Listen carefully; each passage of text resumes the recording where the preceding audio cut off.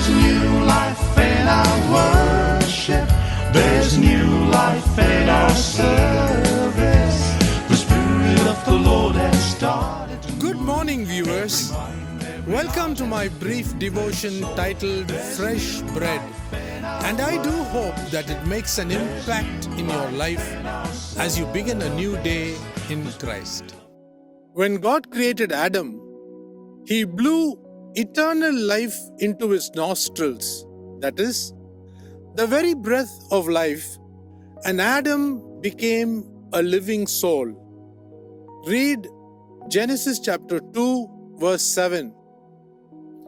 Furthermore, when we move on to Genesis 2, verses 16 and 17, we find that Adam the man was told to eat of every tree of the garden, but not to eat of the tree of the knowledge of good and evil in the midst of the garden. God warned that if Adam ate from this tree, he would die on the very same day. A little later, we know that God created a woman from Adam's side to help Adam maintain the garden. At this juncture, on one eventful day, we find that Eve, the wife of Adam, was beguiled by Satan, and eventually Adam and Eve lost the God life that was blown into them and were sent out of God's garden. Designed to live for eternity, we now read in the Bible in Genesis chapter 5 that Adam and his lineage never lived for more than 1,000 years. Having eaten the fruit of the knowledge of good and evil, the lifespan of Adam and his descendants were reduced to less than 1,000 years. Adam lived for 930 years. Seth lived for 912 years. Enosh lived for 905 years. Canaan lived for 910 years. Mahalalel lived for 895 years. Jared lived for 962 years. And Methuselah lived for 969 years. He happens to be the oldest man in the Bible. Now let's look into what Apostle Peter writes.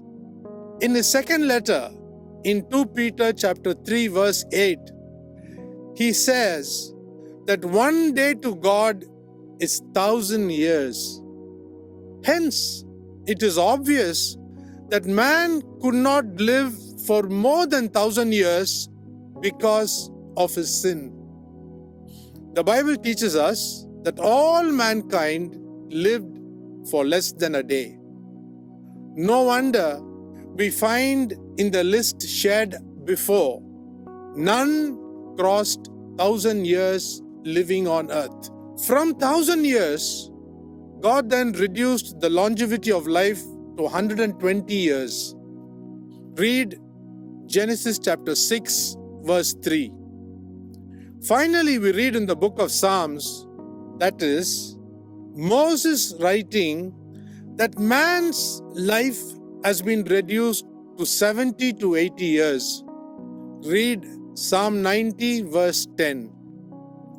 Whenever mankind sinned before God, He has been changing His mind to reduce man's lifetime from a little less than 1,000 years to 80 years or a little more, as we see now. Sin is moral leprosy.